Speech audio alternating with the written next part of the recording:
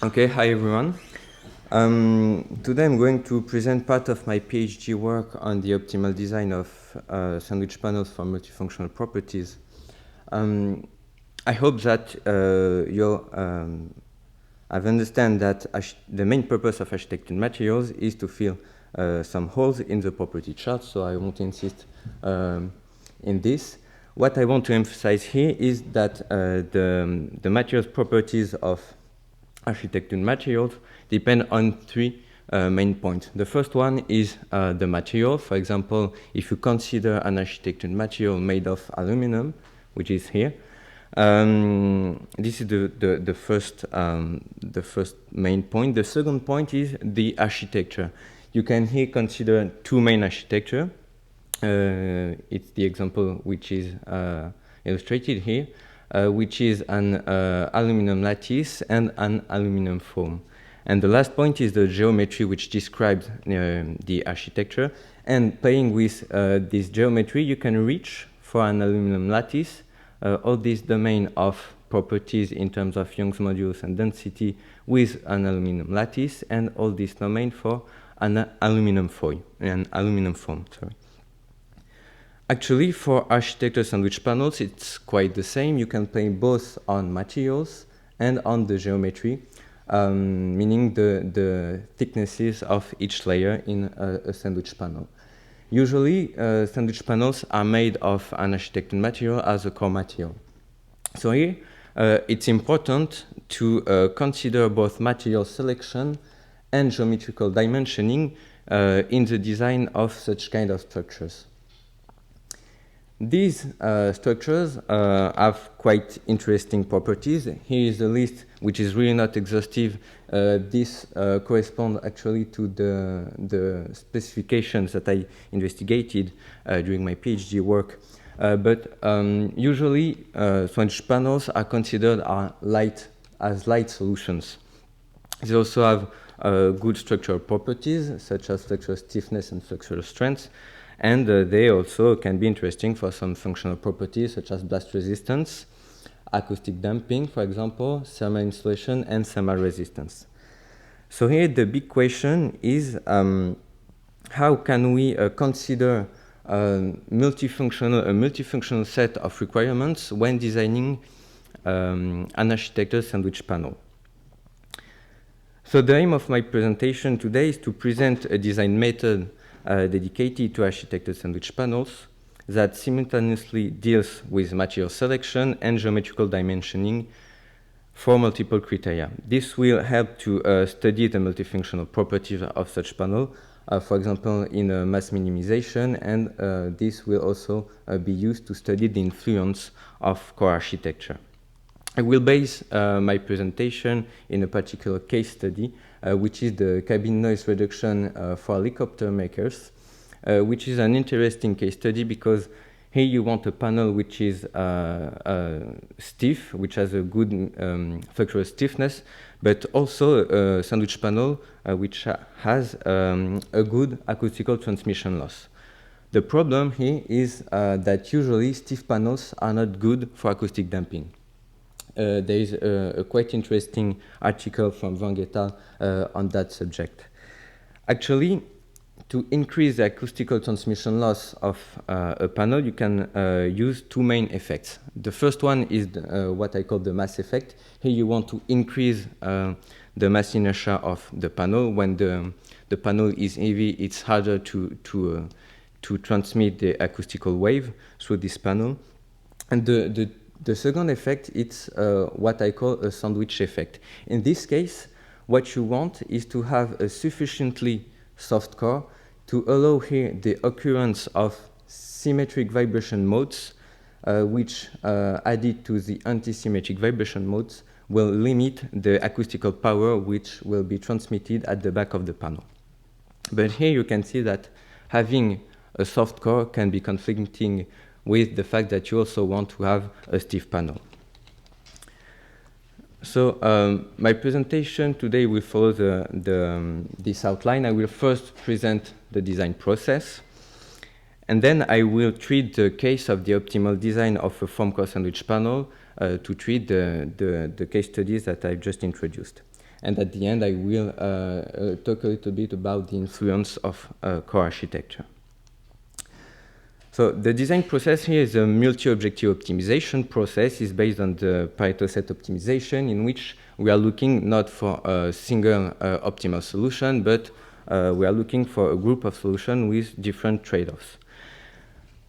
The central part of this design process is an optimization algorithm. In this case, is a genetic algorithm, which is already well known for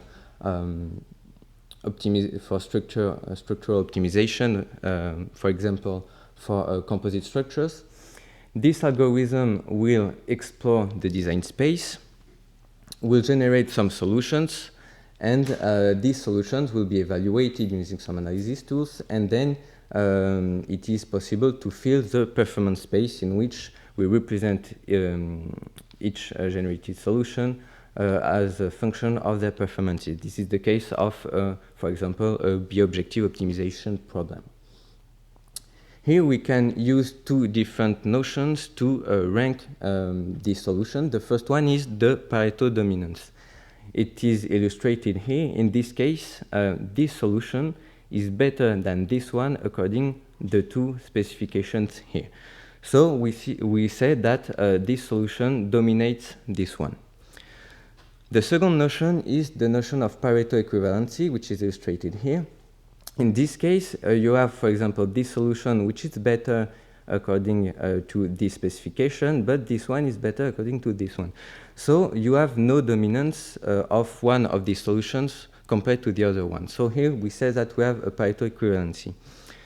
And the optimal solution of our multi-objective problem can be defined as the group of solutions which is non-dominated in the performance space.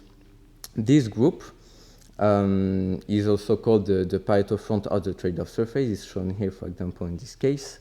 And each solution in this group are Pareto equivalent, meaning that all these solutions are optimal, but for each solution there is a different trade-off between the two specifications that we are optimizing.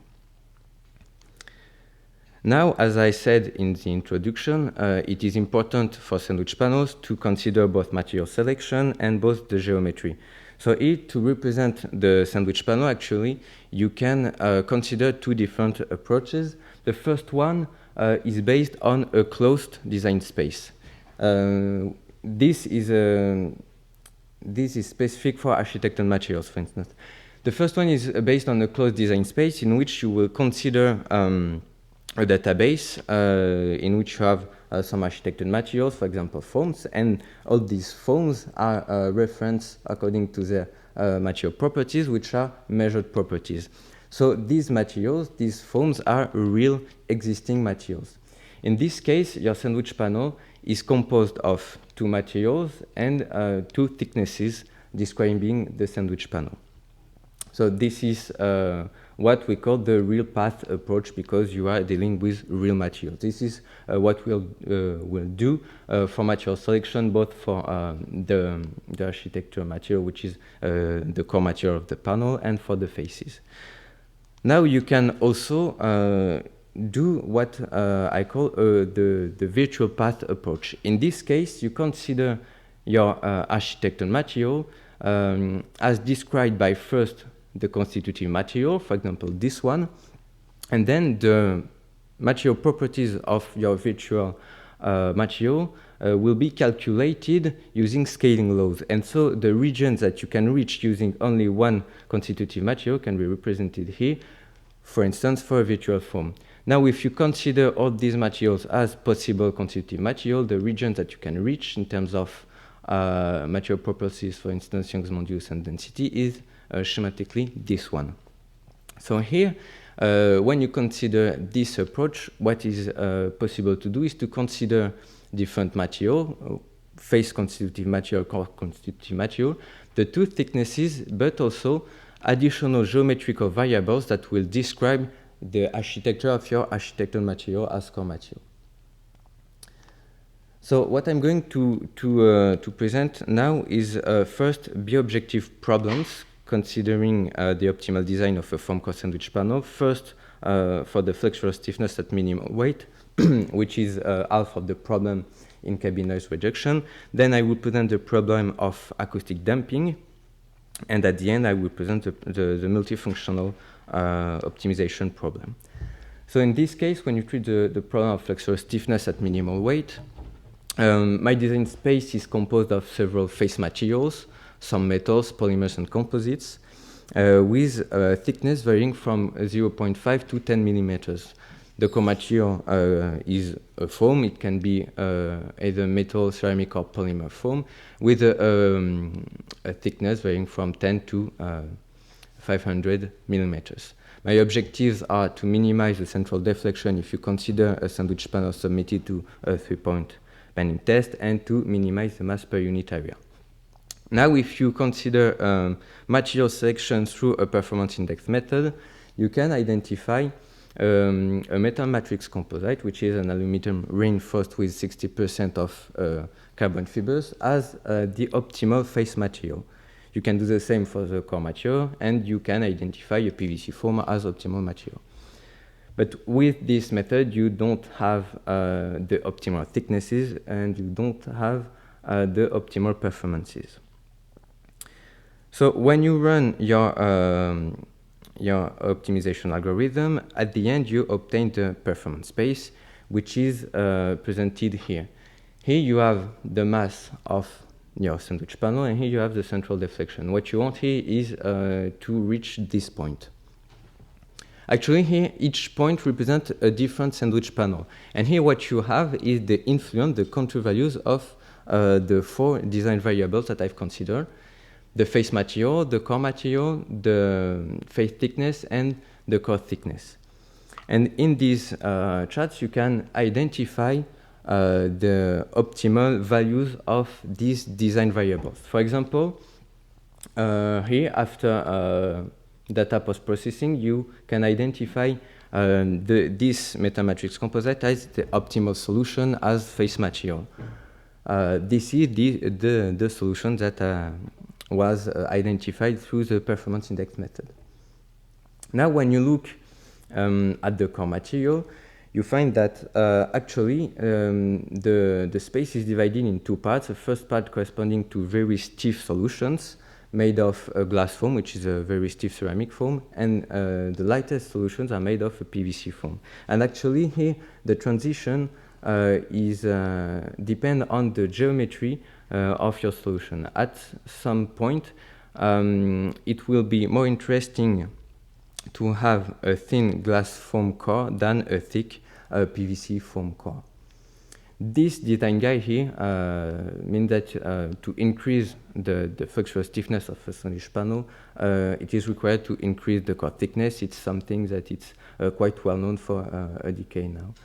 But here you can have some design guides which are interesting to design a sandwich panel for flexural stiffness at minimal weight. Now, if we look at the acoustic damping at minimal weight, I have the same design space, but this time I want to maximize the mean value of the acoustical transmission loss in this frequency range, which is the frequency range of interest for helicopter makers. Now, if I use the method of performance indices, what I found is as optimal face material tungsten uranium alloy, which is a theoretical result, and as optimal core solution, a polyurethane foam. After optimization of this structure, effectively the polyurethane foam is the best solution. More surprising is the fact that here the optimal thickness of the core material is about 10 millimeters, which is the limit value of the core thickness here. So this is the first design guide. It corresponds to the core layer. In terms of face design, actually, what is important is to have a face which is designed by its mass, not by its material, nor by its thickness. So here the important is the mass of the face. So now if I look at the multifunctional problem, I just said that for flexural stiffness, it is preferable to have a thick and stiff core, for example, 10 centimeters of PVC foam. But for acoustic damping, it would be preferable to have a thin and a soft core, for example, 10 millimeters of polyurethane foam. If you treat this two-objective case, you end up with a three-dimensional performance space. And if you look only at the solutions here with a mass per unit area of 50 kilograms per meter square, here is the kind of plot that you can have. The main interesting thing here is that the performance space can be divided in two regions. The first one that has a pointed shape here, which corresponds to solutions which are very stiff. In this case, the ceramic foam here is so stiff that you cannot have a sandwich effect for the acoustical transmission loss. So here, to increase both the mechanical stiffness and the acoustical transmission loss, you will increase the core thickness in order to increase both the mass and the distance between the faces. Here it is completely different. In this case, you have the optimal core material, which are PVC foam or a polystyrene foam, which are quite soft. And in this case, you have a sandwich effect. Actually, when you look at the influence of the core thickness on the mean value of the acoustical transmission loss, there is a parabolic relationship between these two variables. And when you add the peak value here, for polystyrene and PVC foam, the peak value corresponds to about 20 centimeters. So that's what you can observe here. When you want to increase the stiffness of these solutions, you will want to increase the core thickness, but if you do that, you will also decrease the mean value of the acoustical transmission loss, and that's what you see here. That's why you have here a convex trade-off surface in this case. So here you have a competition between two different design guides corresponding to the acoustic specifications and to the mechanical specifications. So it is important to have the whole trade-off surface in order to be able to determine what is the main mechanism you want to deal with in terms of acoustical transmission loss. Now, this is only valid for a foam core sandwich panel, and as I said in my introduction, it is important to be able to switch the architecture to see if it is possible to have better performances. So now I will use a virtual path approach to study the influence of core architecture, and I focused my work on two different groups of architecture. The first one, using the Maxwell stability criterion, the first group is the group of bending-dominated structures, for which you consider that the struts of your architecture, when it is mechanically loaded, these struts will deform by bending. You also have Stoenschik-dominated structures. For example, the octatrus lattice, which Remy showed you before. This structure, when loaded, the struts will deform by stretching. The interesting point with that is for a given density, stretching-dominated structures will be stiffer and stronger than bending-dominated ones. In my PhD work, I investigated three different core architectures. The first one is foams, which is a bending-dominated structure. The second one is the regular hexagonal honeycomb, which is bending-dominated in the in-plane directions, but in the out-of-plane directions can be considered as a stretching-dominated architecture. And the last one is the tetrahedral truss core, which is stretching-dominated.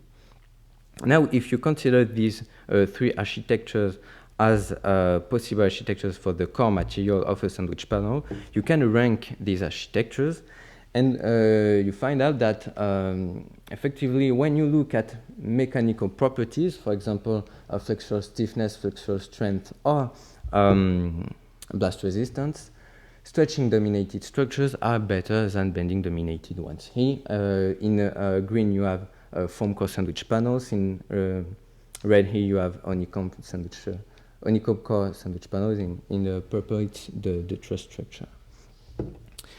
If you look at some other specifications, such as acoustical transmission loss, for which you want softness in the core material, the more weight efficient structure is the bending dominated structure, which is foam in this case.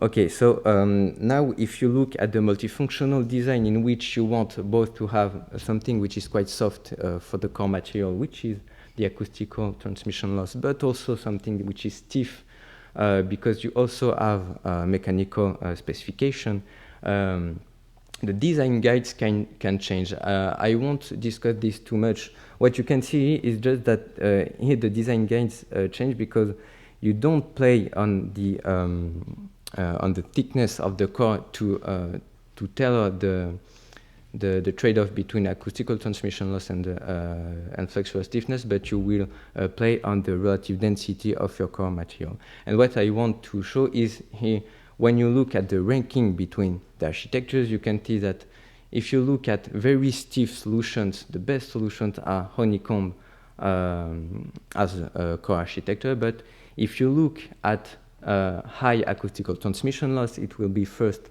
truss structure, and eventually, if you relax this constraint, you will find out that foam is far better solution for acoustical transmission loss. So here you can see that it is difficult to select an architecture prior to the optimization process if you have some multifunctional specifications which can be conflicting in the optimal design guides. The last thing that I want to show you is actually, as I said, truss structures are stretching dominated.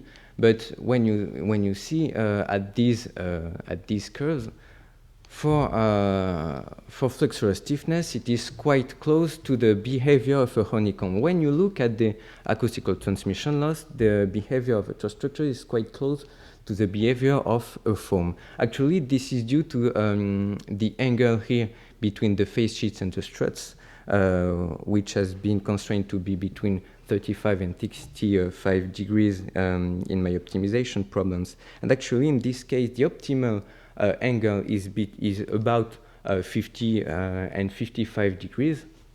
This is the optimal value to have both here compressive modulus and shear modulus. But in this case, what you want is to have something soft for acoustical transmission loss. So here, with one design variable, you have something which allows you to switch continuously from a stiff to a soft architecture. And that's make these kind of truss structures very interesting in terms of multifunctional design. So to conclude, as I said, the properties of architected materials and of sandwich panels depend greatly on both materials, architecture, and geometry, and this is really important to take this into account in the design process. By using a Pareto optimization, you have access to the whole trade-off surface, and this is important because with this you can obtain design guides which will change by changing the trade-off that you are looking for in your multifunctional problem. Actually, the real path approach is the more convenient for industrial problems because you work with existing materials. We had a collaboration with an industrial partner, and using this kind of approaches, we have been able to save about 100 kilograms on a mechanical structure, which was 600 kilograms for transport application. So it's something that really works. The last thing that I wanted to say is that the optimization by virtual path is really interesting because you can compare directly the architectures considering the same material and the same relative density, and you can see in the corresponding specifications which can be interesting for each architecture. Well, thank you a lot, and thank you, Yves, for inviting me today.